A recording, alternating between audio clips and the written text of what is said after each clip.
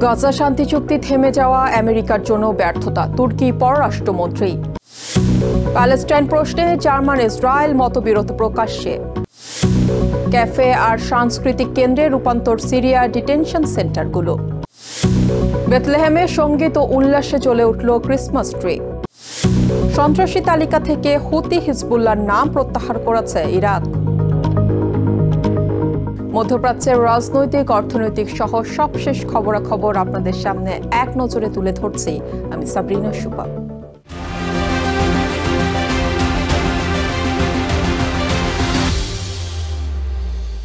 তুর্কির পররাষ্ট্রমন্ত্রী হাকান ফিদান বলেছেন, গাজা শান্তি চুক্তির দ্বিতীয় ধাপে অগ্রগতি না হলে তা হবে আন্তর্জাতিক সম্প্রদায়, বিশেষ করে আমেরিকার এক বিশাল ব্যর্থতা। দোহা ফোরামের সাইডলাইনে রয়টার্সকে দেয়া বিশেষ সাক্ষাৎকারে তিনি বলেন, গাজার শাসনভার একটি প্যালেস্টিনিয়ান টেকনিক্যাল কমিটির কাছে হস্তান্তরে প্রস্তুত হামাস, কিন্তু তার আগে গাজা স্থানীয় প্রশাসন কার্যকর করতে হবে। গাজা শান্তি প্রক্রিয়ার দ্বিতীয় ধাপকে সবচেয়ে গুরুত্বপূর্ণ আখ্যা দিয়েছেন তুর্কির পররাষ্ট্রমন্ত্রী হাকান ফিদান। তার দাবি, হামাস প্রশাসনিক ক্ষমতা ছাড়তে রাজি, তবে তার আগে একটি কার্যকর প্যালেস্টিনিয়ান প্রশাসন ও প্রশিক্ষিত পুলিশ বাহিনী করতে হবে। শনিবার কাতারে দোহা ফোরামের আলোচনার ফাঁকে গাজা শান্তি পরিকল্পনা নিয়ে রয়টার্সকে দেয়া সাক্ষাৎকারে তিনি এমন জোরালো বক্তব্য তুলে ধরেন। গাজার প্রশাসন একটি টেকনিক্যাল প্যালেস্টিনিয়ান কমিটির কাছে হস্তান্তর করতে প্রস্তুত হামাস। এজন্য প্রথমত একটি প্যালেস্টিনিয়ান কমিটি গাজা প্রশাসনের দায়িত্ব নিচ্ছে, আমাদের এমনটা দেখতে হবে। এরপর প্যালেস্টিনিয়ানদের মধ্য থেকে একটি প্রশিক্ষিত পুলিশ বাহিনী দাঁড় করাতে হবে। হাকান ফিদান বলেন, দ্বিতীয় ধাপের শুরুতেই হামাসকে নিরস্ত্র করার প্রস্তাব বাস্তবসম্মত হবে না। দ্বিতীয় পর্যায়ে শুরুতেই হামাসকে নিরস্ত্র করার কথা বলা বাস্তবসম্মত নয়।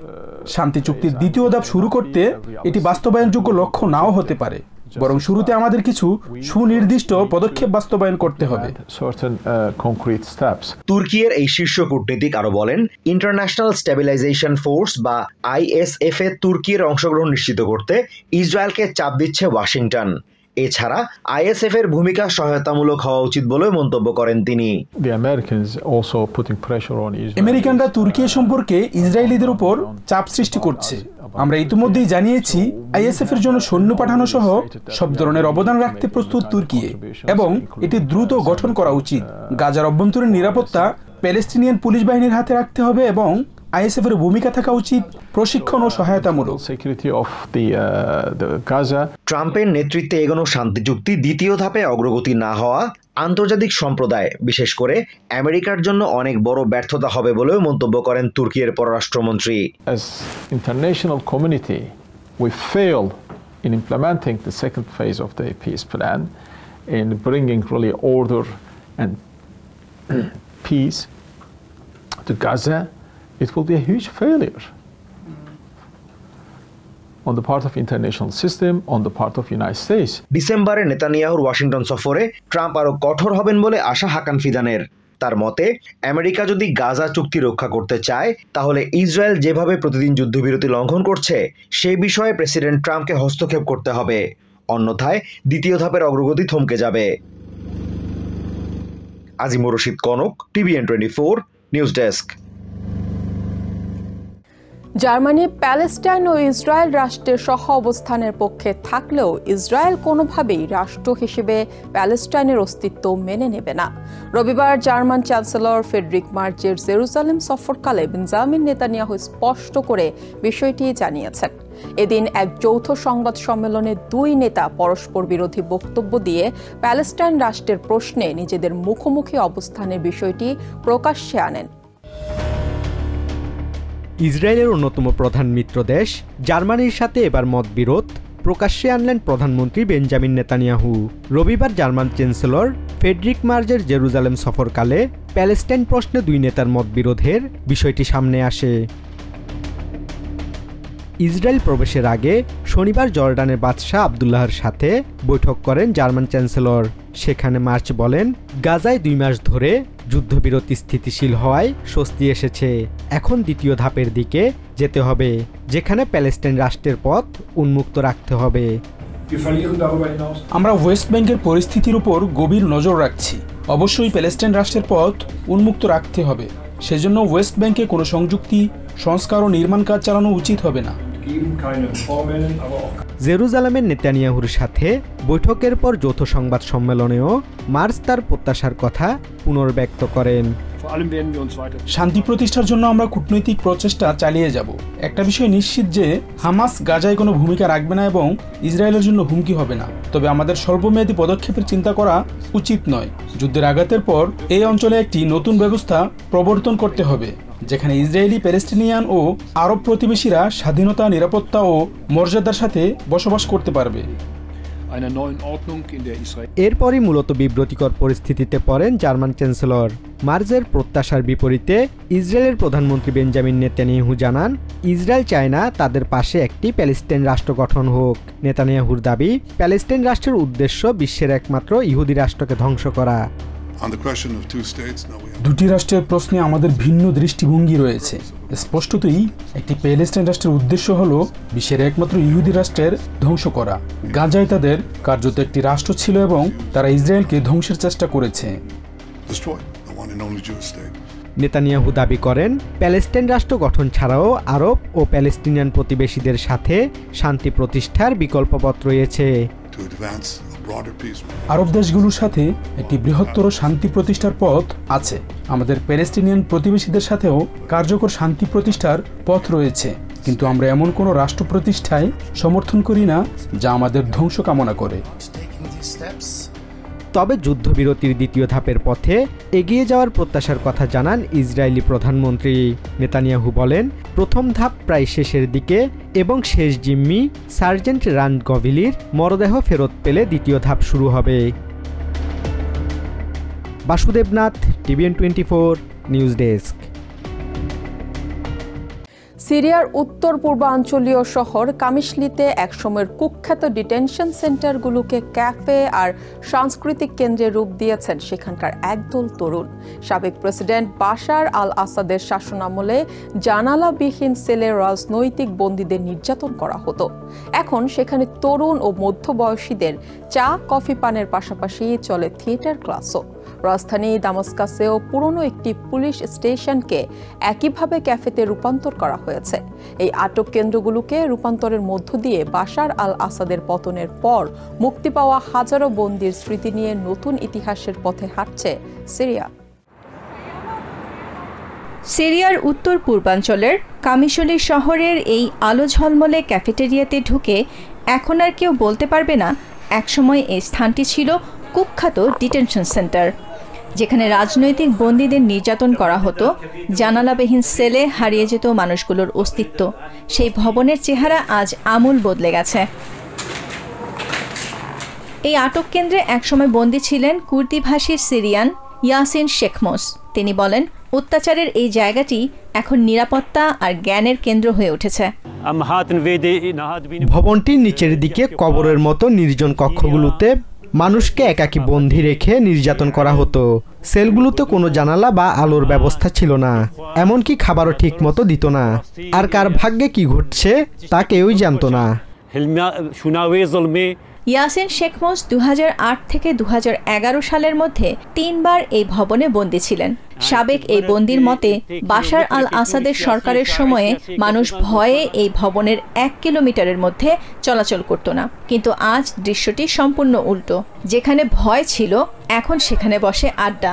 যেখানে ছিল নির্যাতনের চিহ্ন, সেখানে এখন শান্তির রং। স্থানীয় কুর্দি প্রশাসনের সহায়তায় তরুণরা ভবনটির দেয়ালে রং করে অন্ধকার সেলে এনেছে জীবনের রং। এখন এখানে থিয়েটার ক্লাস, সাংস্কৃতিক অনুষ্ঠান সহ আরও নানা কার্যক্রম চলে। থিয়েটার অভিনেতা শাফজান মাহমুদ বলেন, অন্ধকার ও ভয়ের জায়গাটি এখন চিত্ত বিনোদনের স্থান হিসেবে রূপ নিয়েছে। আমরা এই ভবনে জীবনের রং নিয়ে এসেছি, যা একসময় ভয় ও অন্ধকারের কেন্দ্র ছিল। আমরা এটির নতুন রূপ দিতে কঠোর পরিশ্রম করেছি। এমন দৃশ্য কেবল কামিশলিতেই নয়, রাজধানী দামাস্কাসের এক সাবেক পুলিশ স্টেশন এখন ক্যাফেতে রূপান্তর হয়েছে। পুরনো সেলগুলো দর্শনার্থীদের স্মরণ করিয়ে দেয় ভবনের অতীত ছিল ভয়ঙ্কর। এখানেই একসময় বন্দী থাকা খালেদ আল ওরাবি জানান এটি ছিল তাদের নিজস্ব সম্পত্তি এবং তাকে আটক করে বাশার সরকার এই স্থানটিকে আটক কেন্দ্র বানিয়েছিল। শাসক বাহিনী থানা ছেড়ে পালানোর পর বিপ্লবীরা ভবনটির দখল নেয়। বন্দি দশা থেকে মুক্তি পাওয়ার পর আমি স্বরাষ্ট্র মন্ত্রণালয়ে সরকারি রেকর্ড এবং প্রয়োজনীয় ডকুমেন্ট হস্তান্তর করি। তারপর আমরা এটিকে ক্যাফেতে রূপান্তর করি। গত বছরের ডিসেম্বরে বিদ্রোহীদের হাতে বাশার আল আসাদের পতনের পর মুক্তি পায় হাজারো রাজবন্দী। 13 বছরের ভয়াবহ গৃহযুদ্ধের অন্ধকার পেরিয়ে নির্যাতনের স্থানগুলো নতুন করে দেখছে স্বপ্নের আলো। একসময় মৃত্যুকূপ নামে পরিচিত ভবনগুলো এখন মানুষকে দিচ্ছে সৃজনশীলতার উপলক্ষ ও শান্তির বার্তা। Nahid Sihan, TVN 24 news desk. খ্রিস্টান ধর্মাবলম্বীদের সবচেয়ে বড় ধর্মীয় উৎসব বড়দিন উপলক্ষে সেজে উঠেছে প্যালেস্টাইনের বেথলেহেম। যীশু খ্রিস্টের জন্মস্থান হিসেবে এই স্থানে রয়েছে আলাদা আকর্ষণ। আর আসন্ন বড়দিন উপলক্ষে ক্রিসমাস ট্রি, রাস্তা ও ভবনগুলো রঙিন আলোয় সাজিয়ে তুলেছেন স্থানীয়রা। আর এ উপলক্ষে বিভিন্ন স্থান থেকে যীশুর জন্মস্থানে আসছেন পর্যটক সহ ধর্মানুরাগীরা। গত বছর গাজায় ইসরায়েলের হামলার কারণে ওয়েস্ট ব্যাংকের এই পবিত্র ভূমির ধর্মীয় নেতারা বড়দিনকে শুধুমাত্র ধর্মীয় আচার অনুষ্ঠানেই সীমাবদ্ধ রেখেছিলেন। কোনো উৎসব আয়োজন বা সাজসজ্জা তো নয়ই, এমনকি ক্রিসমাস ট্রিও সাজানো হয়নি। তবে এবার শহর জুড়ে জনসমাগম, ঐতিহ্যবাহী অনুষ্ঠান সহ পূর্ণাঙ্গ বড়দিন উদযাপন শুরু হয়েছে। খ্রিস্টান ধর্মাবলম্বীদের কাছে যিশুর জন্মস্থান হিসেবে পরিচিত এই শহরে এবছর আবারও ফিরে এসেছে উৎসবের আমেজ। We need to celebrate this occasion. This is the birthplace of Jesus Christ, and this is the first time after 2 years of the war, people they have passed through a lot of agony and pain, unemployment, a lot of troubles and sadness. 2 বছর ধরে বড়দিনের মৌসুম ছিল নীরব, শুধু ধর্মীয় আনুষ্ঠানিকতা, ফাঁকা রাস্তা এবং এক বিষণ্ণ পরিবেশ। তবে এবছর বেথলেহেম আশা করছে তীর্থযাত্রী ও দর্শনার্থীরা আবারও ফিরতে শুরু করবে। হাইফা থেকে আসা প্যালেস্টাইনিয়ান রান্দা বেসকুল বলেন, আবারও এমন উৎসব আয়োজন হওয়ায় তিনি ভীষণ খুশি। আমরা এখানে এসেছি বড়দিনের আয়োজন দেখতে, উদযাপন করতে ও আনন্দ করতে। কয়েক বছর ধরে সুযোগ পাইনি, যুদ্ধ ছিল বলে। হাইফা থেকে প্রচুর মানুষ এবার এসেছে এখানে, আর পরিবেশও খুব সুন্দর। আমরা আনন্দিত। সঙ্গীত আর উচ্ছ্বাসে ভরপুর পরিবেশে শনিবার প্যালেস্টাইনের বেথলেহেমে জ্বলে উঠল বড়দিনের প্রধান গাছ। নেটিভিটি চার্চ ও একটি মসজিদের মাঝখানে আলোয় সজ্জিত গাছটি স্থাপনের মধ্য দিয়ে শহরে বড়দিনের মৌসুমী উৎসবের আনুষ্ঠানিক সূচনা হয়। জেরুজালেমের পাশে অবস্থিত দখলকৃত ওয়েস্ট ব্যাংকের এই শহর দীর্ঘদিন ধরে উত্তেজনা আর উৎকণ্ঠার মধ্যে থাকলেও স্থানীয়রা বলছেন উৎসবের প্রত্যাবর্তন এই কঠিন সময়ের পর স্বস্তির এক গুরুত্বপূর্ণ পদক্ষেপ। Nahid Sihan, TVN 24 news desk. নিষিদ্ধ সংগঠনের তালিকা থেকে লেবাননের হিজবুল্লাহ ও ইয়েমেনের হুতিদের নাম প্রত্যাহার করেছে ইরাক। বিষয়টি নিশ্চিত করেছেন দেশটির এক জ্যেষ্ঠ পার্লামেন্টেরিয়ান। রবিবার ভেরিফাইড ফেসবুক প্রোফাইলে নবনির্বাচিত পার্লামেন্ট সদস্য মোস্তফা সানাদ জানান, সন্ত্রাসবাদের অর্থ জব্দ সংক্রান্ত পার্লামেন্টের কমিটি সিদ্ধান্তটি চূড়ান্ত করেছে, যা শীঘ্রই সরকার গেজেট আকারে প্রকাশ পাবে। সন্ত্রাসবাদ এবং চরমপন্থী সংগঠনের অর্থায়ন ঠেকানোর লক্ষ্যে জাতিসংঘের সিকিউরিটি কাউন্সিলের প্রস্তাবের পর গোষ্ঠী দুটিকে সন্ত্রাসী তালিকায় উঠেছিল ইরাক। তবে 17 নভেম্বরের সিদ্ধান্তটি নিয়ে বিতর্ক ছড়ালে ইরাকের কেন্দ্রীয় ব্যাংক জানায়, অনুমোদনটি কেবল আইএস ও আল কায়দা সংশ্লিষ্ট ব্যক্তিদের ক্ষেত্রেই প্রযোজ্য। অস্থায়ী প্রধানমন্ত্রী মোহাম্মদ সিয়া আল সুদানি এ বিষয়ে জরুরি পর্যালোচনার নির্দেশ দিয়েছেন। এক নজরে প্রতিদিন মধ্যপ্রাচ্যের খবর জানতে চোখ রাখুন TVN 24 নিউজ নেটওয়ার্কের ইউটিউব ও ফেসবুক পেজে। নিউ ইয়র্ক থেকে সম্প্রচারিত TVN 24 টেলিভিশন বিশ্বজুড়ে বাঙালির কণ্ঠস্বর।